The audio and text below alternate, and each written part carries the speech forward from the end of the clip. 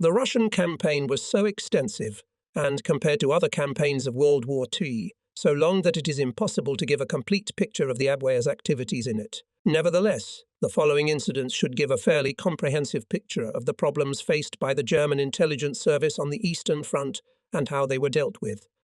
Intelligence work against Soviet Russia was very difficult, if only because of the lack of a common border. Beyond this, however, was the fact that all commercial relations with foreign countries were conducted on the Soviet side exclusively by state organizations, with the result that there was very little travel both to and from the foreign world, and therefore it was simply impossible to send itinerant agents to the Soviet Union. German businessmen were given access to certain parts of the Union in the 1920s, when the Russians were still making trade concessions and using German aid to rebuild their industry and agriculture. But these businessmen, with very few exceptions, refused on principle any cooperation with the intelligence service. The probe of the Red Army by the Abwehr in the 1920s did not have the importance attached by the Wehrmacht to espionage against the Polish army. The Soviet Union was not categorized as a potential enemy at all. On the contrary, friendly relations and mutual exchange of information were the order of the day. The heavy armaments denied to Germany under the terms of the Treaty of Versailles could be easily manufactured in the Soviet Union, and since the Germans had contributed much from their experience in World War I to the production and improvement of these armaments, they were quite well aware of the modern armaments of the Soviet land and air forces and of the strength and structure of the Red Army. As for the Navy, the intelligence service, by its meticulous attention to detail, was able to build up quite a multifaceted picture of the Red Fleet and its bases. I do not believe, however, that there was any large-scale infiltration of the Red Army or the Red Fleet by German agents, as was alleged during the trial of Marshal Tukhachevsky and other leaders of the Soviet armed forces in the Great Repression of the mid-1930s. Although I myself was not in the Abwehr at the time, I am of the opinion that the fantastic accusations of treachery made by Soviet public prosecutors were groundless. How difficult it was to conduct intelligence in Russia became clear to the Germans by examining the archives of the Polish intelligence service, which fell into German hands at the end of the campaign in Poland. Although Poland had a long land border with the Soviet Union, the information collected by the Poles was in fact no more comprehensive than that available to the Germans. But as soon as the German and Soviet forces came face to face after the conclusion of the Polish campaign, the task of intelligence regarding the Red Army was immediately placed in the hands of German and many former Polish agents, now working for the Abwehr. And when war with Russia broke out in June 1941, the distribution, armament and ammunition of the Soviet troops, and the location of their airfields, at least in the part of Poland they occupied, were known with comparative accuracy. This intelligence achievement was all the more remarkable when one considers that the Russians were doing everything possible to prevent any penetration into Soviet territory. Wherever there was a land border, they immediately erected barrier structures. A barbed wire fence was placed in front. Behind it a 10 to 15-yard wide control and trace strip was cleared, ploughed and raked so that any trace of passage was sure to remain. At regular intervals listening posts were erected, and the wire line was mottled along its entire length with a variety of alarms, most of which, it must be confessed, were of a primitive character. Behind this barrier ran a belt of security about 20 miles wide. A certain part of this border area was cleared of all inhabitants, and in the rest, the inhabitants were forbidden to give shelter to outsiders. In the advanced bases of the Abwehr, great demands were made on the equipment of the agents. Only those persons were considered for use as agents who naturally had a good command of the language and whose appearance was in no way suspicious. They had to be dressed in appropriate clothing, and appearance did not end with appearance. Underwear, shoes, matches, cigarettes, tobacco, all of the right kind, had to be provided, and even a single button that looked Western could be a source of great danger. The most difficult of all tasks, however, was the supply of documents. It was not simply a question of issuing the necessary credentials. Every agent had to be supplied with passes, confirming both his right to be in any area he happened to pass through and his right to enter the area to which he was ultimately traveling. Before the campaign began in June 1941, the Abwehr had established the presence of 77 Soviet infantry divisions on Polish territory, a figure which the Foreign Armies Division of the Army General Command questioned at the time, but which later proved to be correct. The organization originally established by the ABWEA for the previous campaigns was expanded for the Russian campaign, and one or more commando groups were attached to each army group. In addition to the ABWEA branches themselves set up to infiltrate the Soviet Union, there was another source of information: the Russian emigre colony, those countless Russian officers and civilians who had flocked to the West after the revolution, most of them settled in France. But in the 1920s and 1930s, there were also many Russians in Berlin who were struggling to adapt to the German way of life and trying diligently to fit into the German economy. Many of the former officers had no knowledge of anything other than what their military careers had taught them. Some of them managed to maintain contacts with people in their own country, and from time to time the ABWEA received a little material of intelligence interest. Most of it, however, was false and misleading rather than of any value. But these emigrants had some important contacts going back to the days of the First World War. At the outbreak of the Russian Revolution, Germany gave enthusiastic support to attempts at an independent Ukrainian state and agreed to the appointment as head of government of Hetman Skoropadsky, a man whose ideas centered on the creation of an autonomous Ukrainian state within Tsarist Great Russia. But in the 1920s it became obvious that this would never be achieved, and when, around 1937, the ABWEA began to consider whether to cooperate with Ukraine, Skoropadsky and his supporters were not considered. It was decided rather to develop cooperation with the armed organization of Ukrainian nationalists, its leader being Konovalets, for whom Admiral Canaris had a marked personal sympathy. Although Canaris himself was a conservative and monarchist to the core, he nevertheless preferred the revolutionary Konovalets to the aristocratic Skoropadsky. However, cooperation with Konovalets was not destined to be strengthened. Shortly after the preliminary meetings, he was assassinated while still in exile in Holland. The leadership of the organization then passed to Melnik and his main supporter, Rikko Yari, a former cadre officer in the Imperial Army. Richard Franz Marjan Yari later changed his surname to Yari. Melnik was an estate agent for the Lemberg, Lviv Greek Orthodox Metropolitan Count Sheptytsky, who was himself an officer in the Imperial Russian Army, an elderly man and a most respected figure, and he was considered the uncrowned king of the Galician Ukrainians.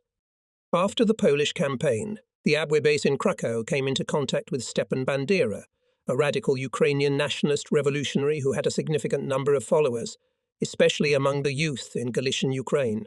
Unfortunately, there were serious differences of opinion between Melnik and Bandera, for the former, with his greater commitment to constitutional reforms, strongly rejected the violence and radical revolutionary views of the latter. After some time, a rift developed between the two, which widened with the formation of Vlasov's military units, whose sympathies clearly leaned toward Great Russian politics. The AUN received its funding largely from Ukrainians who had emigrated to the United States and organized themselves into national associations there. In 1938, the ABWEA began military training of young Ukrainians in discrete and isolated camps on Lake Chimsy. The main emphasis was on training youth leaders in guerrilla warfare, and several groups were sent to the laboratories of the ABWEA department at Tegel near Berlin, as well as to the training center at Quensgut for instruction in the use of explosives and other materials suitable for sabotage. The Japanese were particularly interested in these attempts by the ABWEA to exploit Ukrainian and other Eastern minorities. Quite a large number of Russian immigrants, mostly Ukrainians, had settled in Manchuria and expressed a desire to cooperate with the Japanese. The atmosphere of mutual trust created by this cooperation between Germans and Ukrainians was severely tested during the resolution of the Carpathian Ukrainian problem in 1939. Notable discontent had already been caused by the arbitration in Vienna in 1938 of the dispute between rival Polish and Ukrainian claims to the territory of Carpathian Ukraine. When Hitler decided in 1939 to cede this territory to Hungary, discontent and consternation arose within the ranks of EU members. Detachments of Carpathian Ukrainians put up armed resistance to the incoming Hungarians and suffered heavy casualties, while many more were captured and imprisoned. It was Canaris who managed to transfer them to Germany, where the ABWEA took responsibility for their future provision and behavior. At the time, the General Staff was most anxious to undermine the loyalty of Ukrainians who had served in the Polish army. It was believed that the appearance of a Ukrainian volunteer corps on the German side would lead to the desertion of Ukrainians from the Polish army. Ukrainian groups trained by the ABWEA were sent to the isolated sector of Deksteinberg in eastern Slovakia, from where they were to move, when the campaign began, to the Galician sector, and then quickly infiltrate behind the Polish front into eastern Galicia, with the task of raising their compatriots for partisan warfare and destroying the communication lines of the Polish troops. It was thought that such an action would be more valuable for political and propaganda purposes than in a purely military sense, an assessment incidentally applicable to any enterprise of this kind. But all these preparations were again unsuccessful because of the change of political course. Hitler and Ribbentrop decided to give eastern Galicia to the Russians, and so the Abwehr had no choice but to remove the people most compromised among the Ukrainians by cooperation from the territory east of the San River. At the same time, at the request of the Greek Orthodox clergy, the Abwehr team moved the most valuable items of the churches in Peremyśl to the west bank of the San River shortly before the arrival of the Soviet vanguard. At the end of September 1939, the Soviet-German Friendship Treaty was signed, and the Abwehr was eventually forbidden to have any dealings with the Aun or to support it financially or in any other way. At this point, the Japanese came into play and saved the situation. As participants in the German-Japanese Anti-Comintern Pact of 1936, they were extremely concerned about the most recent turn in Soviet-German relations. The Japanese had close ties with the white emigration in Germany, which was very useful to them in conducting anti-communist propaganda and which, moreover, had converted a villa on one of Berlin's lakes into a secret printing press, through an official in their embassy. The Japanese immediately came into contact with the Ukrainians working in the Abwehr II department, took over the liaison with the Aun and D. Although little is said about it, they kept in touch with the Ukrainians and kept an eye on them until as late as June 1941. Then, of course, things changed dramatically again, and the Germans were again very keen to resume the control over Ukrainian contacts that they had previously allowed themselves to lose. While the Abwehr department in Berlin was responsible for the technical side and material equipment of all operations targeting targets deep behind enemy lines, the so-called frontline duties, that is, intelligence duties on the front itself and in the immediate support areas, were under the direction of the respective army group or the army itself. To fulfill these duties, the Abwehr commands II and II of the Abwehr were placed under the command of the IS, officers of the general staff attached to the army group or the army, as the case may be, who were responsible for front reconnaissance, and when required, also units of the Brandenburg Division were similarly attached.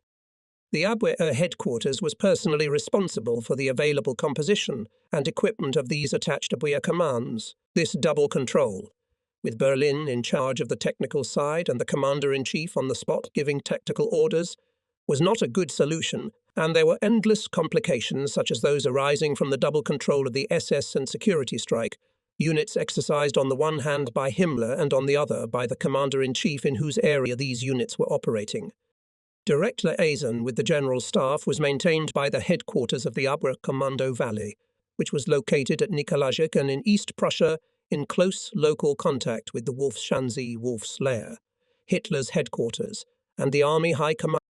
Even as the war of maneuvers on the Eastern Front crystallized into a static confrontation, gaps and poorly guarded areas could be found in almost every sector of the German and Allied fronts through which agents could be thrown. And where it was impossible or desirable to operate behind enemy lines, parachutists were used, which in the Abwehr constituted the Special Air Wing, partly recruited directly from the civilian population.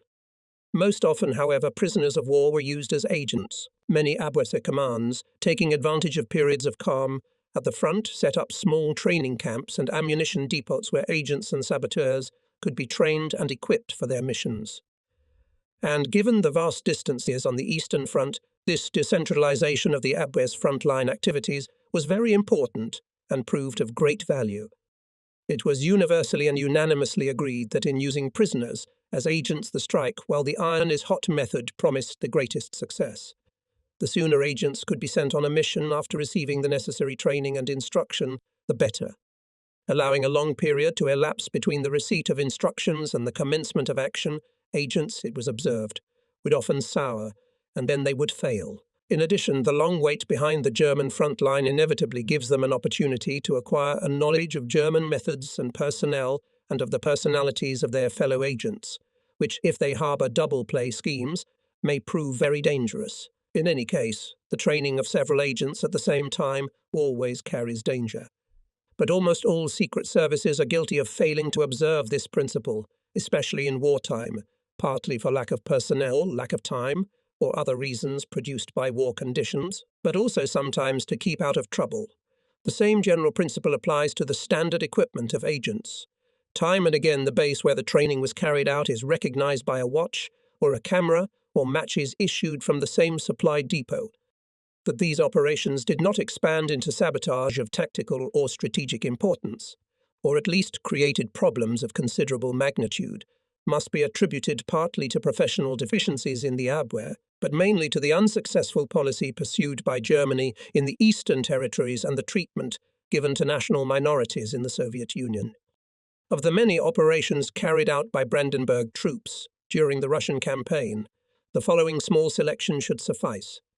During the offensive of Army Group North in Latvia in the summer of 1941, a unit of the Brandenburg Regiment captured a bridge over Divina River and saved it from destruction. The soldiers, disguised as wounded Russians, drove onto the bridge with the Soviet rearguard and then seized it by surprise attack. Thanks to this operation, the advance of Army Group North on Riga continued without loss of time, a success that Commander-in-Chief Field Marshal von Lieb gratefully noted in a letter to Admiral Canaris. But such attempts to mislead the enemy did not always go smoothly. In one case, during the Caucasus offensive, it was desirable to prevent the destruction of a certain dam by Soviet engineers. An advanced German lorry was about to be checked by the Commissar and its passengers.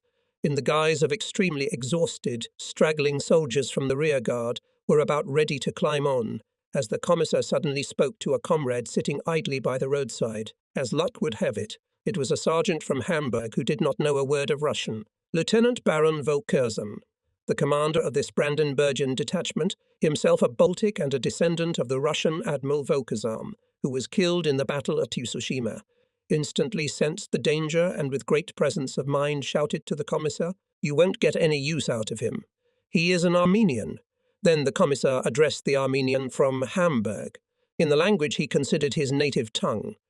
Volkersam had nothing else to do but to take out his submachine gun and shoot the Commissar from the hip, thus signalling action. Despite this unforeseen complication, the attack ended in complete success. Such episodes occurred, of course, again and again, and to cope under such circumstances required the greatest possible presence of mind and courage. The men who were entrusted with the task of negotiating at the control posts with officers and commissioners, and of arranging for the passage of lorries ahead had to have particularly strong nerves and acumen to cope with all the unforeseen circumstances which always arise. On the presence of mind and skill of these negotiators depended not only the success of the operation in which one was engaged, but also the lives of one's comrades. In the winter of 1940-41, a battalion of former Polish soldiers of Western Ukrainian origin was assembled in the New Hammer camp near Leipzig. The companies were formed from soldiers who had received very deep military training in the Polish army and who had been selected with the help of a West Ukrainian organization from prisoners of war. Some were members of the Band Era group, while others belonged to various other Western Ukrainian organizations. The Ukrainian battalion commander was an indomitable partisan named Shkonprinka, who was later killed in 1951 while leading a Ukrainian insurgency near Kiev. The German commander was Lieutenant Albrecht Hertzner, hero of the feat at Jablonka, and Professor Oberlander was in charge of the political side. The battalion, formed by the Abwehr department, and unfortunately equipped in the most horrible way, was given the code name Nachtigall, Nightingale German, because it had its own choir which could perform on an equal footing even with the world-famous Cossack choirs. It was attached to the 1st Battalion of the Brandenburg Regiment and entered the territory of the Soviet Union on 22 June 1941. In the battle for Lviv, the patrols learned that a massacre of Ukrainians was underway in the city, and the commander of the two battalions decided to advance on Lviv himself on the night of 29 or 30 June, 7 hours before the hour of zero set for the 1st Mountain Division attack. In this battle, the Ukrainian battalion distinguished itself greatly. It occupied a radio station and from there issued an address announcing the founding of an independent Western Ukrainian state.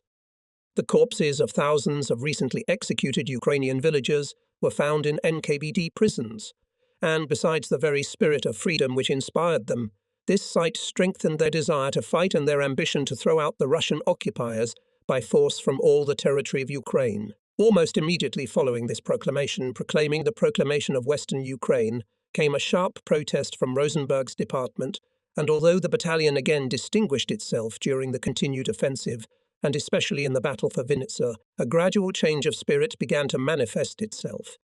The newly formed Ministry for Eastern Territories separated Western Ukraine, the districts of Peremysl and Tarnopol, from the state planned by the Ukrainian leaders, and incorporated them and their particularly resistant populations into the Governor-General's office, as the remnants of the old Polish state were now called. The result was that the Ukrainian battalion, which had encouraged tens of thousands of Western Ukrainians at Lemberg, evolved to the highest degree of readiness to fight, now became unreliable, began to revolt, and finally had to be disbanded, and thus a great potential opportunity was irretrievably lost.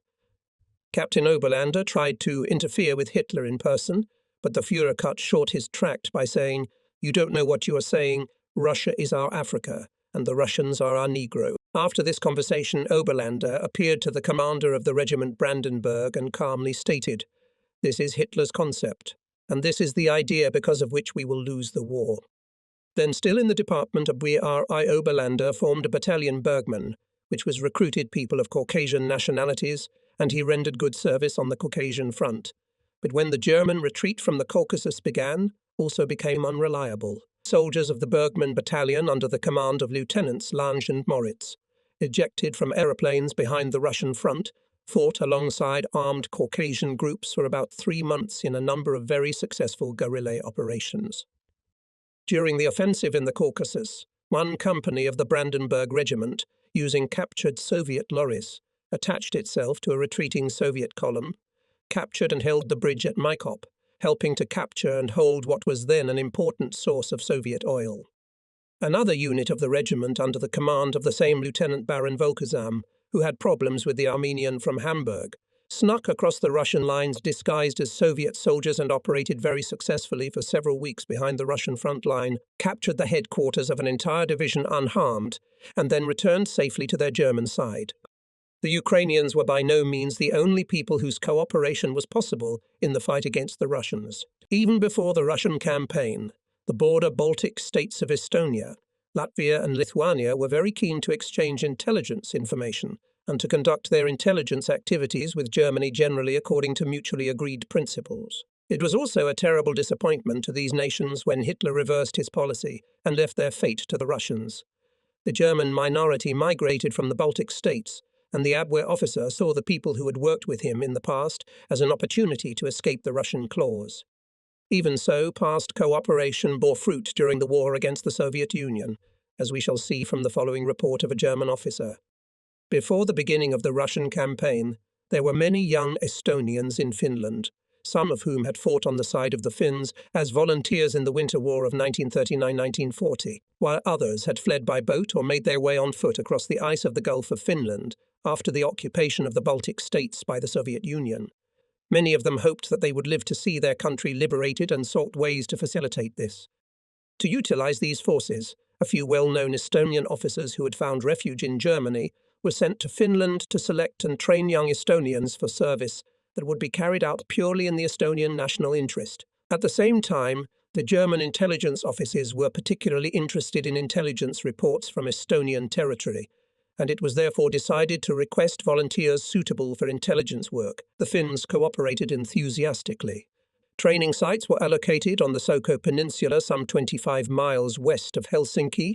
Radio communication instructors were provided, and a special radio headquarters was set up to deal with information when the organization later became operational. Estonian volunteers were issued uniforms and given the status of foreign volunteers in the German Wehrmacht. When the Russian campaign began on 21 June, and the initial successes of the Germans predicted a quick occupation of Estonia, it was necessary to take swift action. About 80 volunteers were assembled and equipped. They were given a final briefing and sent to the island of Pelinge to learn the elements of seamanship. Transport in the form of 2 patrol ships, motorboats and single-masted fishing boats was provided by the Finnish Navy, which also took a keen interest in the operation. Factors had to be taken into account in planning the transport. The extreme brevity of summer nights in these northern latitudes, the use of ships of 3 different speeds, fast motorboats, medium-speed patrol ships, and slow fishing boats. The restriction imposed on the use of motorboats on the high seas, and the need for all these different speed ships to arrive at their destination at the same time, and at a time that would allow these ships to be out of range of Soviet shore bats on the return trip. To cope with these factors, it was decided to divide the ships into 3 groups, departing at precisely timed intervals, with the fishing boats first, the motorboats in the middle, and the patrol ships in the tail. A cape in Kumna Bay was designated as the assembly point, from where 2 motorboats with an advance guard of commandos under 2 German officers would proceed to the chosen landing place and, if necessary and possible, establish a bridgehead there. Only when all this was done would the fishing boats with the main group approach the shore, while the 2 patrol ships remained on guard at the entrance to the bay. The first attempt was made on the 5th of July, but it failed on account of the rough sea, which flooded nearly all the boats. The next attempt on the 7th of July finally succeeded partially, though it started very badly. On the way back, the ships came across a Soviet caravan with a strong convoy.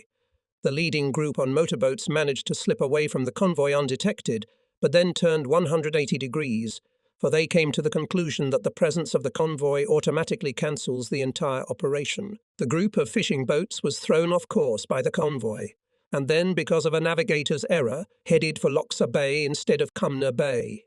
Here this group was attacked by a light Soviet patrol ship and then retreated. From a group of patrol ships that also came across the convoy, the Russians demanded by signalling that they belonged. The group immediately rushed west, letting the convoy pass her on an easterly course, and then returned to its former course in the keel of this convoy, but found that the other groups had not yet arrived. The commander of the whole expedition decided, against all odds, to enter the bay, and without further defence land his detachment, consisting of about 40 men under the command of an Estonian colonel. This operation was carried out without incident. On 10 July a 3rd attempt was made to land the remaining 40 men and 2 German officers. However, while crossing the Gulf of Finland, the ships were fired upon by Red Fleet artillery and forced to retreat. As a result of this incident, it was to be assumed that the Russian Coast Guard was now on full alert and would take measures to repel any attempt to land such a landing. And it was therefore decided to abandon attempts to send any further force by sea.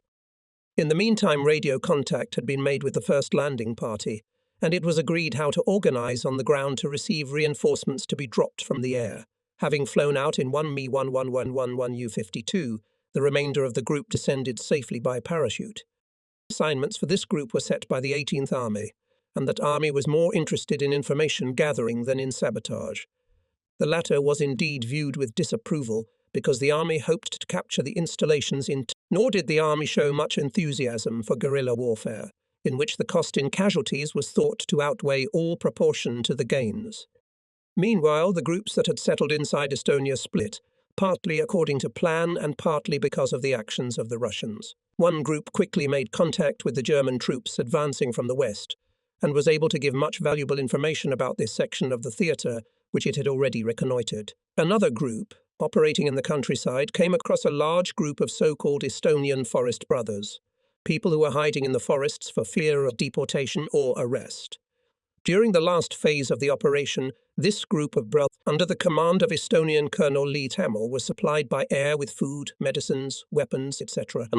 In this way, temporary contact was established with 5 independent groups, which reported their reconnaissance results by radio, and their further tactical activities were managed by headquarters in consultation with the respective army group. One group was moving from the Akivjedu area towards Revel, and on the way sent its reports of enemy reinforcements moving in that area. Another group dropped by parachute west of Wesenberg, headed for Narva and quickly established communication with the German 16th Army, which was advancing to capture that city. The third group carried out reconnaissance in the area of Wiesenberg, with the special task of staying close to the Red Army Group command and reporting on its movements. Despite the rapidity of the movement, the flow of reports continued without interruption, and the work done earned high praise from the army. This was probably the first and perhaps the only time such reconnaissance work was carried out on the German side on such a large scale. The casualties were relatively small. All groups managed to make their way back behind the German front line, and most of these men then volunteered for service in the Wehrmacht. Eventually, two groups of the same unit, whose homes were in Ocel, were dropped by parachute, and they too fulfilled their assigned task. Operation Erna, as it was then called, which was seen by the Germans as a battlefield reconnaissance, took on a completely different meaning in the eyes of the Estonian people. Many of its participants returned to their homes after the operation was over, where they did not hesitate to tell everyone about their experience. The story could not be kept secret, and very soon it became known to all Estonians. Due to the fact that the operation was carried out under German leadership, and that Estonians were given the privilege to speak for their fatherland and strike the first blow in the struggle for liberation, the command staff and especially the commander himself earned great respect and trust in Estonian nationalist circles. These facts were sacredly preserved when later, out of considerations of high German policy, the formation of Estonian units was refused on the grounds that it was undesirable to allow Estonians to participate in the liberation of their country, and thus give them the legal right to demand recognition of their services. The trust in the German commander of Operation Erna never faded, and was of great importance when, as a result of the utterly unthinkable policy of the German civil administration, Estonia was gradually alienated from the race. The German commander, for his part, never deceived the confidence of the Estonians and was never the cause of disappointment to the Estonian people. Despite all the strenuous efforts of Soviet intelligence to seal their country, there were still a number of sources throughout the war who were able to receive reports from Russia itself, or who, at any rate, claimed to be able to do so. Perhaps the most surprising case occurred with an agent working under the alias Klatt. At the beginning of the war, the Abwehr office in Vienna had at its disposal a large group of excellent agents who had settled in the southeast of Europe. Very few of them were Jews or persons of Jewish origin, and it was only with the greatest difficulty that the head of the department, Count Mironja Redwitz, managed to protect his staff from the cruel and unfriendly attention of the party machine. But he succeeded, and for a very long time at that. By far the best agent was a man named Klatt, who himself said that he was half Jewish. Klatt's material on the Soviet Union was first-rate and sometimes sensational. His sources of information, on the other hand, remained shrouded in a veil of anonymity until the very end. As long as he could remain in Sofia, he claimed that his information came by radio direct from Russia, where, he assured us, he had an employee in the radio department in the Kremlin itself. But these assurances of his did not stand up to scrutiny.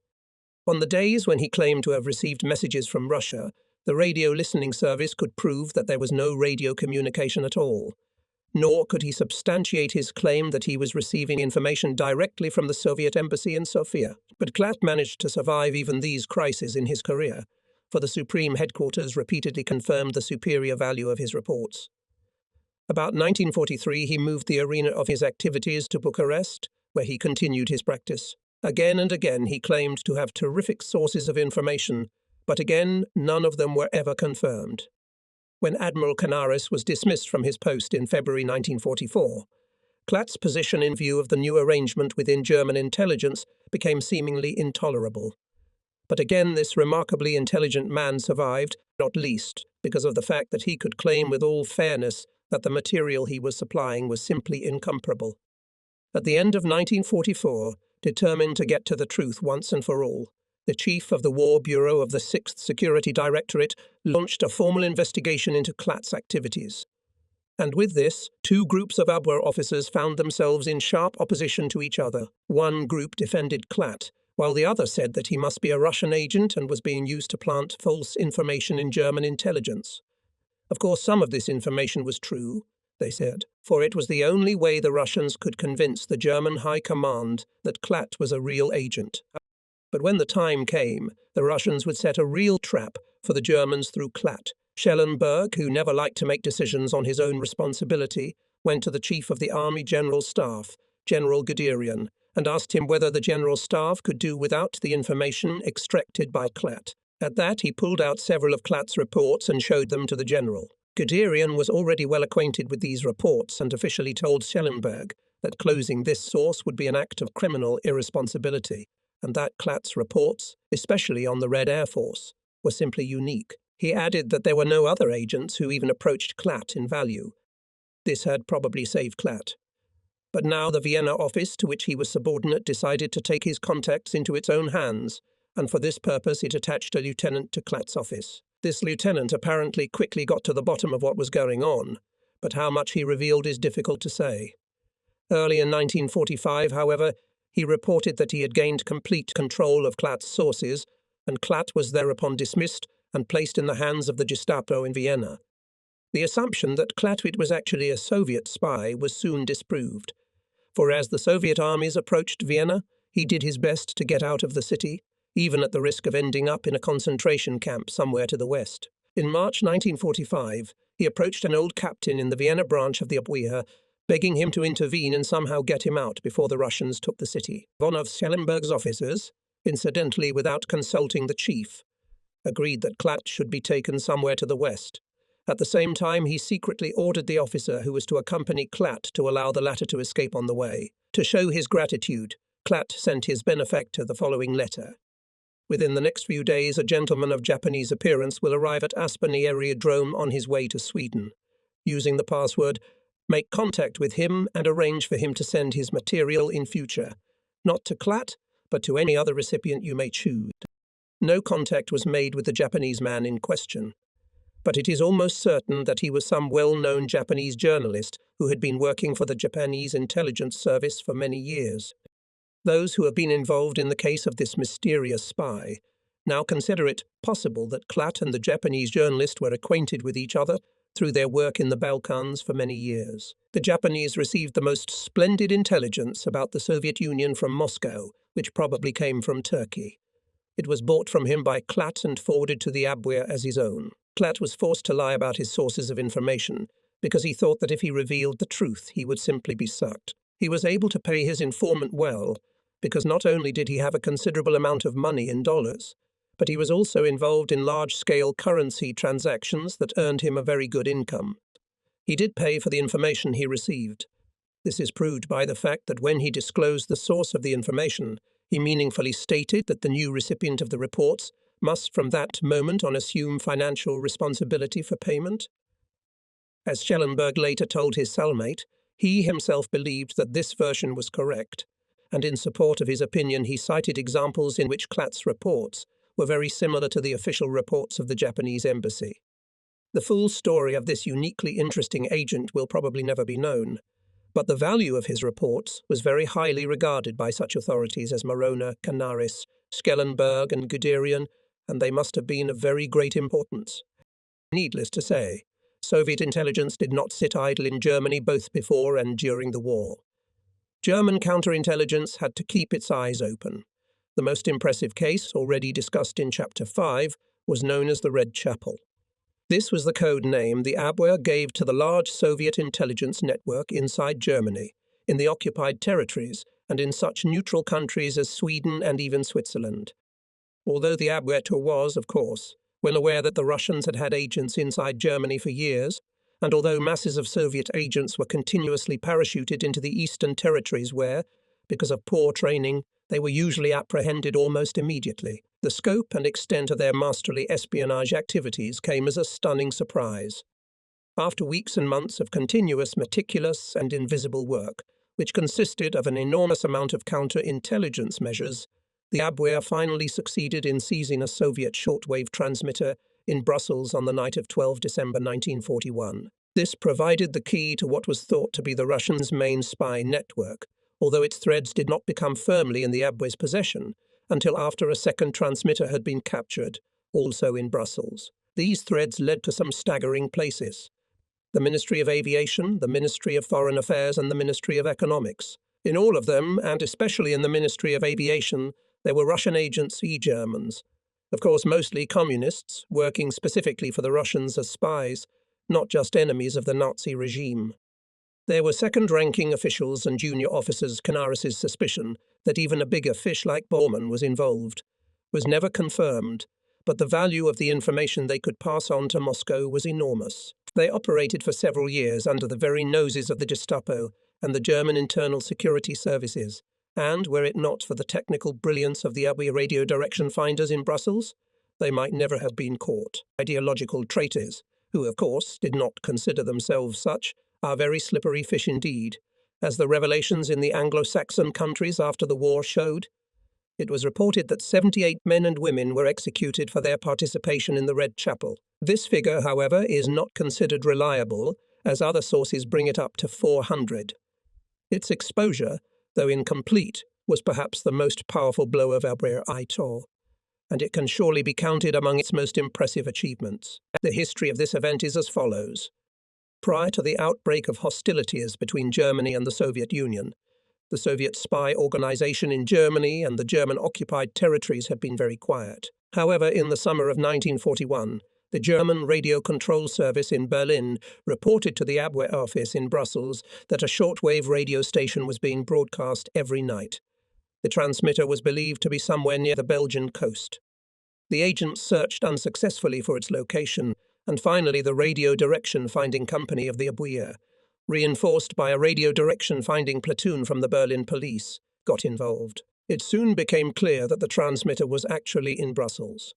The search was thus narrowed down, and with the help of new precision direction finders, the so-called configurate, a house on the Rue Etrebat was identified. At midnight, between 12 and 13 December 1941, an impressive squad of police officers, equipped with wire cutters, lockpicks and other such tools, suddenly broke into the house. 2 adjoining houses were occupied at the same time. Nothing suspicious was found in them. But a policeman noticed a man climbing over the garden wall at the back of the yard. He was soon apprehended. Meanwhile, in the central house, the police entered a small, brightly lit room on the ground floor. Here they found a radio transmitter switched on, ready to transmit a message, a sure sign that the radio operator had been taken by surprise while at work. Next to the machine lay various coded messages and work instructions. Preliminary questioning of the captured man revealed that he was a Soviet lieutenant, but it proved impossible to decipher the messages. A woman was arrested in the same house who, according to documents in her possession, was a Parisian. She refused to answer any questions, but a search of her room revealed a secret door, behind which the police discovered a workshop fully equipped for the production of false papers and documents, both civil and military.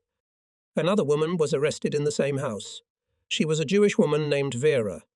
A victim of racial persecution and family tragedy, she had fallen into the clutches of Soviet agents. Certain information was obtained from her. In particular, she said that the 2 passport-type photographs found in this workshop of false documents were those of the big chief and the little chief, but who they were, she could not say. The Soviet Secret Service never allowed its agents to know anything about their leaders. Among the papers seized were detailed instructions on how to use the transmitter along with a description of the equipment, all in German. There were also some postal maps with views of various German cities, particularly Berlin, Nuremberg, Augsburg and Hamburg. Abwehr RIEF, which was responsible for combating foreign espionage, concluded that German citizens, if not German officials, were united in an espionage organization. This suspicion of treachery was strengthened by Vera's statement that people who visited the house spoke German. This, as can be imagined, led to serious perturbations at the Abwehr headquarters in Berlin. In the spring of 1942, news came from Berlin that a new transmitter, possibly also located in Brussels and operating on the same frequency as the first, was again sending messages to Moscow. As with the first captured device, transmissions were made between midnight and 5 am using direction finders. This radio station was also detected. On the night of 1920 May, field police broke into a house. There they found the transmitter on the ground floor, but the room was empty. The radio operator had fled. However, policemen posted outside saw the man fleeing along the roof. On reaching the last row of houses, he jumped onto the glass roof. After a brief search, he was found hiding in the basement. Under interrogation, he confessed that his name was Wilhelm Schwarz, that he came from Königsberg, East Prussia, and that he had been a leading worker in the German Communist Party until 1934.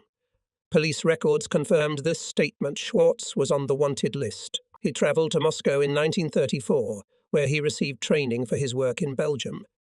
In his suitcase, the investigator found fresh reports in encrypted form, and a numerical code was used. He also received unencrypted messages in German. One had a complete Berlin address. Others clearly contained detailed information concerning upcoming German combat operations at Stalingrad and in the Caucasus. operations which, incidentally, did not begin until the end of the following month. On these papers was a note that they must never fall into German hands, for only 4 men in the highest German military positions knew of these plans, so that the loss of these documents should immediately compromise the source. The captured documents were sent by aeroplane to Berlin. At a short meeting at Admiral Canaris's office, it was decided to inform the commanders of the branches of the armed forces. It turned out that the Berlin address belonged to a Luftwaffe officer. It was Lieutenant Schulz Boysen, who worked in the headquarters task force in the attached department at OKW. Shortly before the Nazis came to power, Schulz Boysen had contacted a stenographer who was under police suspicion for political reasons. However, nothing substantial was found against him. Then, through his fiancée, the granddaughter of Prince Eulenburg, he managed to establish contact with Göring, who was impressed by the lieutenant's abilities. He became a lecturer on political matters. This enabled him to make the acquaintance of many young men who fell captive to his attractive and pleasant mannerisms. His unusual lifestyle attracted others. When the war broke out, he managed to get 2 of his young men into the cipher section. By duty, these 2 received first-hand knowledge of the workings of foreign secret services.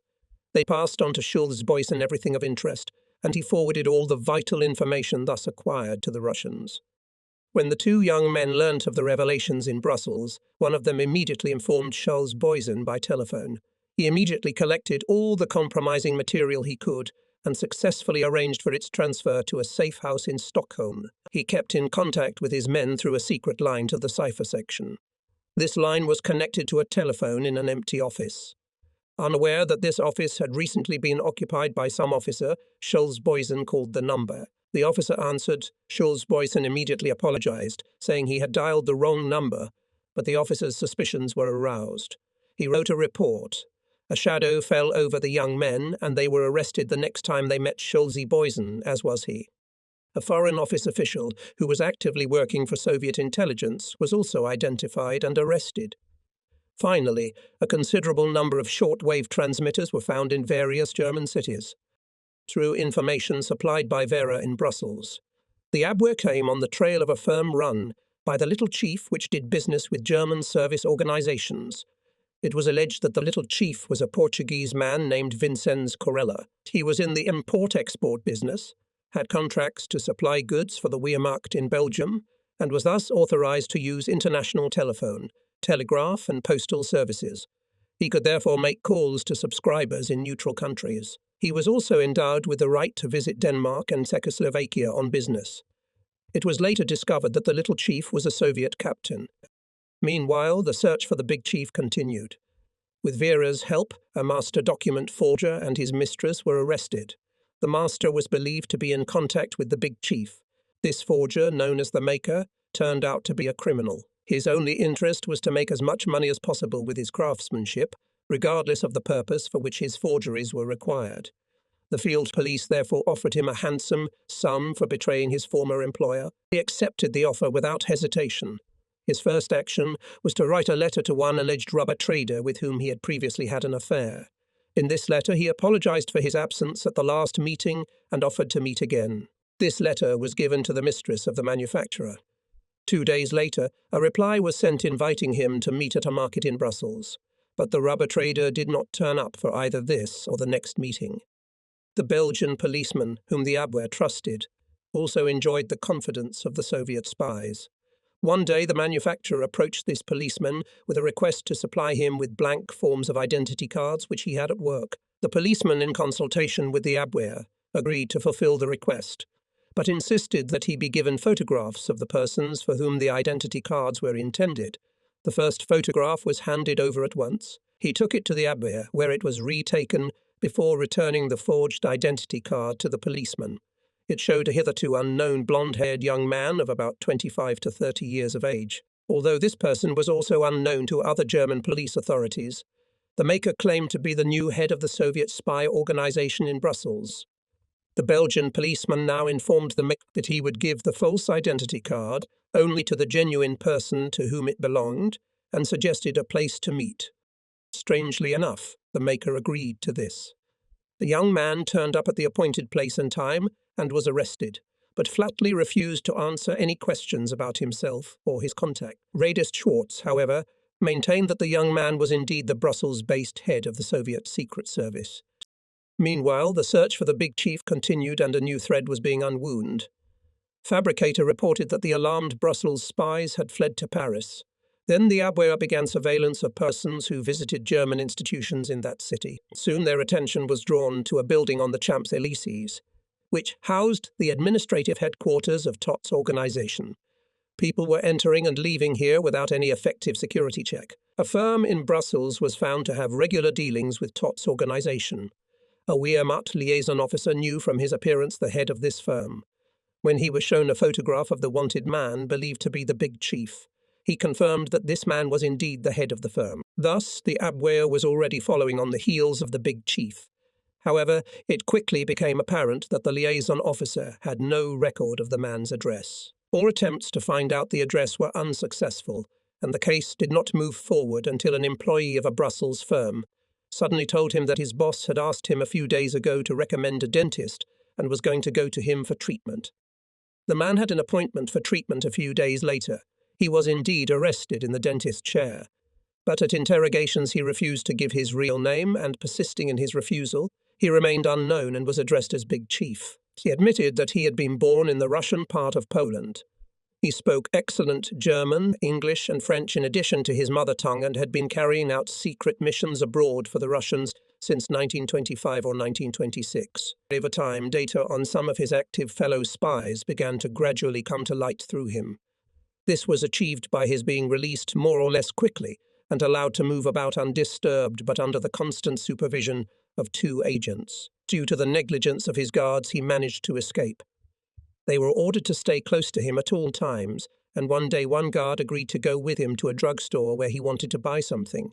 The place was full of people, and the big chief suddenly disappeared into the crowd. All attempts to catch him were unsuccessful.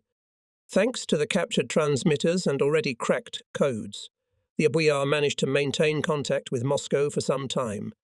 This proved to be a most useful source of information. The Abwehr was even fortunate enough to ask Moscow for money in English currency, ostensibly to pay the agents, and at the appointed time the money arrived via Sofia.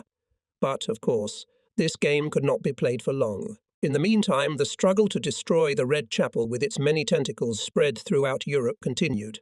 It never came to an end, and there can be no doubt that the same organization, perhaps in some cases using the same people, is still active today. I was referring to German attempts, while the Russians were their allies, to sow enmity between the Soviets and Britain and France in Western Asia. Nothing came of that. But during the same period, the prospects of causing trouble to the British in India and Afghanistan were discussed with them. Here, too, the Russians proved more ready to cooperate.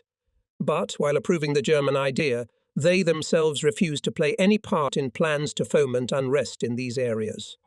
The first target was Afghanistan, the long-standing thorn in the side of the British Raj, and the object was to overthrow the pro-British king and restore Amanullah, then in exile in Rome, to his lost throne. If such a plan had succeeded, it would undoubtedly have led to serious unrest in India, especially among the inhabitants of Waziristan, Mohmand, Afridiyas, and other tribes of the northwest frontier province. The first steps towards the realization of these plans were to be taken by Haji Mirza Ali Khan, the fakir of IPA. The National Socialist Party at first enthusiastically supported the idea, and its representative in the planning apparatus of the Abwehr was at that time a certain Habicht, who played a prominent part in Austrian affairs.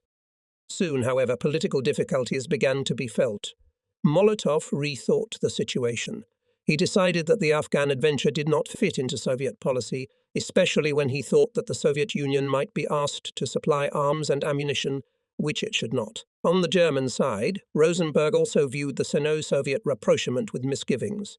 And since the Foreign Office and Canaris were also more skeptical of Habicht's Indian fairy tales, the original large-scale plan was abandoned.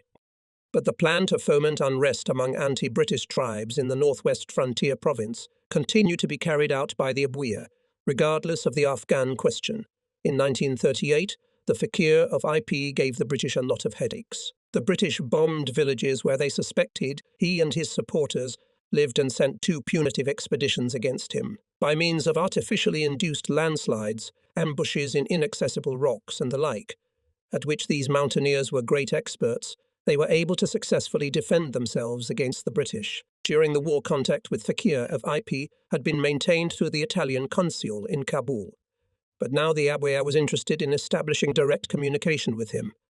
A scientist of international repute, well acquainted with previous expeditions to that country and its people, was sent. This expedition, however, ended tragically, for the German emissary was shot dead by the Afghan gendarmes and his companion disappeared, badly wounded, before they reached their destination. Then the Afghans announced that they had mistaken these foreigners, dressed in the local manner, for Amanullah's emissaries of an Indian sepai where he was cooking food. The latter had to throw his food away without even touching it. Once a Sikh, determined to act in the spirit of modernity, allowed his long hair and beard to be shorn off. The same night he was shot in his sleep by his Sikh brothers. The German commander, an Austrian by birth, argued that it was necessary to accept the explanation of this accident as a suicide, as he realized that any investigation into this crime of religious fanaticism would be misunderstood by the Sikhs. During military training, commands were given in German, but instructions were given in English, the language of communication for all Indian soldiers in the British Indian Army. Indian soldiers were particularly skilled in hand-to-hand combat, and as scouts and the warlike Sikhs, who were always favoured by the British both in the army and in police service, had all the marvellous qualities required to make them fit into the German military system. Subhas Chandra Bose took the utmost interest in the military training of his supporters. Selected men were attached to the Abwehr for training in subversion and sabotage, while the Germans still cherished dreams of a breakthrough to the Caucasus and even the Persian Gulf. They had the intention of sending the Indian Legion by air to initiate a widespread revolt in India, but Bose insisted that his cooperation in the liberation of India must depend on the world situation. In his sober analysis of possibilities, he resembled Admiral Canaris. The latter was aware that Bose never spoke out rashly, and he valued him most for this quality. Bose was no collaborator in the bad sense of the word as it had acquired in recent years. Rather, he was a true Indian patriot with a single-minded idea, who was going to do nothing for Germany but everything and anything, including the furtherance of German interests for India. In the late autumn of 1942, he told Canaris, "You know as well as I do that Germany cannot win this war. But this time a victorious Britain will lose India. Even the British will not be able to break their promise to relinquish their dominion over India, which they willingly made in 1940. When Bose realized that Germany had nothing more to offer him in the way of an advance base in any of its theatres of operations as part of his struggle for the liberation of India, he came into contact with the Japanese, who could be of more assistance to him in carrying out his political plans. Japanese Ambassador Oshima received reluctant consent from the German authorities for Bose's departure. In February 1943, he boarded the German submarine Yuan-Tinti and transferred to a Japanese submarine in the middle of the Indian Ocean. From Japan, he travelled to Burma, and in June 1943, he crossed the Indo-Burma border with a small Indian Liberation Army and a few Japanese units. After the collapse of Germany, he was still fighting a jungle war against the British. According to the official report, he crashed while flying over Formosa to Japan in a Japanese warplane. There were later reports that he was now in China, but they are probably not credible. After his departure, Bose's supporters in Germany found themselves without a leader. Between 1944 and 1945, they were used in air defense units, and as coastal patrols on quiet sections of the Western Front. Some of them eventually managed to return to India, and when Indian Prime Minister Pandit Jawaharlal Nehru ceremonially raised the flag of independent India in New Delhi in August 1947. Among the many Indian soldiers present were several former comrades, in arms of nationalist leader Subhas Chandra Bose. The increasing intensity of economic warfare in the Atlantic and its extension to all seas, including Antarctica, led in the spring of 1940 to an exploration of the possibility of attacking the enemy war economy in the Pacific. Japanese sources were reporting that tungsten and other strategically important raw materials were being shipped in increasing quantities from East Asian ports to British and neutral country ships bound for Britain. Among the most active ports were Shanghai, Canton, Manila, and those in British possessions on the Malacca Peninsula. Attempts to strike at this trade by submarines operating off the African coast were generally unsuccessful. To reach the Chinese seas was beyond the capabilities of German submarines, as their range was insufficient for such distant operations. But in those years, when Germany still maintained friendly relations with the Soviet Union, a very tempting route for sending raiders' ships attacking a convoy into the Pacific was the Northeast Passage through the Bering Strait into the vast open Pacific. The favourable Japanese position supported the feasibility of this plan, for the successful execution of which there were two prerequisites. The raiders must pass through the Northeast Passage completely camouflaged and undetected. And second, once in these places, they must be adequately supported in the Pacific and constantly supplied with information on the changing maritime trade routes in connection with the war situation, on the density of enemy shipping in the various regions, and on the various aviation and radio security measures, prima facie, of the enemy's shipping in the Pacific, and on the various security measures in the Pacific. Before the outbreak of war, a trial liaison between the Abwehr and Japanese naval intelligence was established at the insistence of Admiral Canaris, but the general world situation in the 1930s was such that it seemed unlikely that Germany would be able to wage cruiser warfare against merchant ships in the Pacific for the foreseeable future. Now, however, the German intelligence service was to settle on the Asian continent as soon as possible, and there organize a comprehensive reconnaissance in the Pacific. Accordingly, a commission was given to an Abwehr officer with instructions to urgently organize an intelligence network in Pacific ports, from which continuous and timely information on ship movements could be sent through the Abwehr headquarters in Berlin to the General Command of the Navy. In this connection, partly out of respect for Japanese neutrality, and partly because of the growing tension between Japan and the United States, and in order not to incriminate Japan in helping Germany in the war in the Pacific, the Japanese secret services should not be involved. When asked who he wanted to entrust with the task of creating a Far Eastern intelligence service in the midst of war, and in the face of the extremely difficult political situation in the Far East, Admiral Canaris chose a former sailor of the First World War, although he never served in the Far East. He was engaged in business in the Middle East, and proved to be just the right person who is able to cope with an exceptional task in exceptional circumstances. The choice proved to be a most fortunate one. This officer gave the following account of his activities. For the establishment of an intelligence network, the heterogeneous four-zone city of Shanghai proved to be an ideal location. It concentrated maritime transport interests of great magnitude and importance. Even in wartime, ships of every flag flying on the world's oceans found their way to Shanghai. For in Shanghai they could acquire everything they needed in terms of food, repair services, and equipment. In addition, the population of the city included people of almost every nation, and this suggested a particularly wide range in the selection of agents suitable for receiving and transmitting information.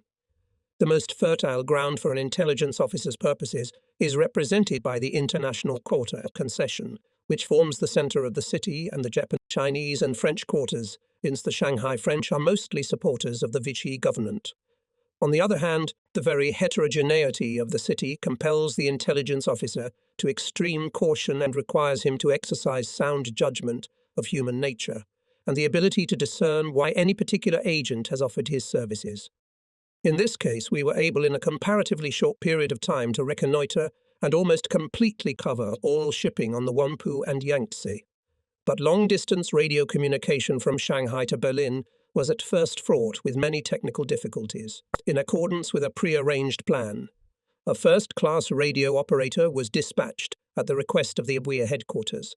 Because of his cover legend, he could not carry the equipment with him, and when at last the valuable devices arrived in Shanghai, they were smashed to pieces on the road. At first we tried to find the necessary spare parts in the local market, but again we had to proceed with extreme caution, lest the enemy secret services should get even a remote idea of the nature of our activities. In the end we had to ask Berlin to send the most important of the parts, and they came in normal condition. But during this time we lost the results of a whole month's activity through lack of means of communication. As soon as communication with the Abwehr-Belzig branch was established, it worked completely smoothly and proved to be able to cope with the ever-increasing workload, and was, moreover, a clear source of satisfaction to all concerned. Expansion of our sphere of exploration required new bases, for example at Tianjin and Canton, and, if possible, to penetrate the maritime transport activities of the Philippines and around the coast of Australia. The places on which we then concentrated our efforts were Tianjin and Qingdao, and in both we were able to organize an effective intelligence service in direct and continuous communication with Shanghai. Intelligence in the ports along the coast of South China proved a much more difficult task. Any infiltration and surveillance of trade and shipping from Canton, Hong Kong, and other such ports was particularly difficult. It was impossible for a German intelligence officer to visit them personally because the Sino-Japanese conflict cut the land routes, and since a British cruiser had stopped a Japanese liner on the high seas between San Francisco and Kobe and removed a number of German passengers of draft age from it, passage on Japanese ships was forbidden. The intelligence communication between Shanghai and Canton could thus only be organized on a limited scale and through intermediaries. Much information received in this way from Canton proved to be rendered worthless by the inevitable delay in its transmission. To remedy the situation, I decided to try to reach Canton myself by way of Nanking in spite of the war. But I was forced to abandon this attempt before reaching Nanking, as the Japanese military authorities would not tolerate the presence of any foreigner in a war zone. Alas, it was impossible for me to change into Chinese clothes. My skin was not the same color, and my eyes were not the same shape. Looking back, I feel satisfied that the information sent by our organization to the Supreme Naval Command made a significant contribution to the damage done to enemy shipping in the Pacific. Thanks to us, the auxiliary cruiser, which successfully passed through the Northeast Passage, received timely information of important developments in the Pacific, and was able, among other things, to slip undetected through enemy communications and lay minefields near various Australian ports, which caused great damage to the enemy's shipping and very effective disruption of his normal shipping schedules. Our observation of the enemy's methods of shipping in the Pacific has also given us valuable insights which have enabled us to arrive at conclusions about the convoy system used in the Atlantic and the methods of concentrating convoys near the African coast. In the Pacific, ships usually sailed autonomously and travelled to pre-arranged rendezvous points, where convoys were formed for onward travel to the British Isles. Thus, the Shanghai branch performed a service whose effectiveness affected even submarine warfare in the Atlantic Ocean. The outbreak of war between Japan and the United States in December 1941 put an end to the work of the Shanghai office as far as German naval operations in the Pacific were concerned. But the branch, which by the end of 1941 had expanded very markedly, continued to function with a new staff and with new tasks, dictated by the changed conditions, practically to the very end of the war.